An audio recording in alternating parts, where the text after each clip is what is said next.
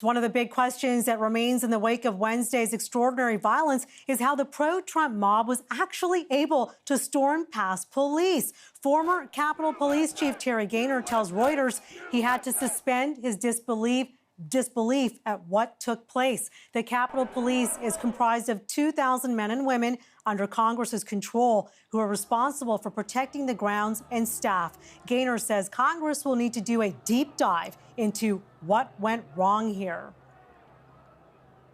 CTV News international security expert Jeanne Meserve joins us now. Jeanne, have you ever seen anything like this? I've been following you for years. Your thoughts, madam?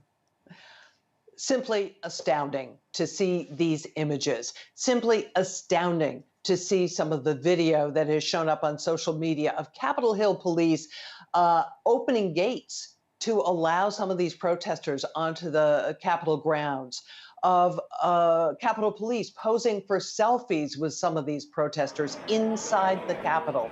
Simply an astounding series of images. And as you have just reported, Terry Gaynor is spot on. There are going to be investigations and heads are going to roll as a result of this. Jeanne, how do you overwhelm police on Capitol Hill? That should be a rhetorical question, but it's a serious one we're asking right now. Well, it really is, because this was not a surprise to anybody. The president had been urging people to come to Washington on all kinds of social media. Information was being picked up about the numbers that were coming here, their intention to bring arms. It was bad enough that the mayor of the district shut down the city a day ahead of time. I went downtown on Monday evening specifically to get an eye on what they were doing in terms of preparations. They were already blocking off streets. There was a heavy police presence around the White House. That the Capitol Hill police wasn't better prepared is absolutely a travesty. Do you think we're going to see arrests and charges coming out of this? Boy, I don't know.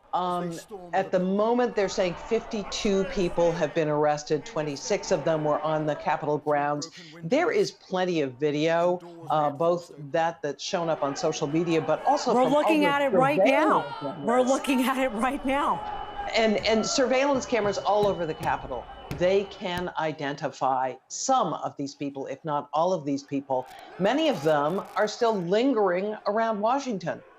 They are still staying in hotels and Airbnbs around the city. If they wanted to be doing arrests, they could be. The FBI and the city are both asking for help identifying people, but to this point, I haven't heard of any arrests this morning. Well, that is absolutely incredible. Before we let you go, Jeanne, this violence that we saw yesterday, do you think it could reappear on Inauguration Day? There's always the possibility, but I think it's unlikely. The inauguration is always a national security event. Planning for the inauguration and security around it goes on for years and years and years. Will there be modifications this year? Yes, for a couple of reasons. One, because of COVID, and they are scaling back a lot of the usual pomp and circumstance that goes on. But also, in light of what happened yesterday, I am sure that each and every agency, whether it be local or federal or whether it be the military, is reevaluating their plans and reconsidering what they need to have in place to be ready to make sure nothing happens that looks anything like what we saw yesterday. Great information, great analysis. CTV international security expert Jeanne Meserve, thank you for this. You bet, Anita.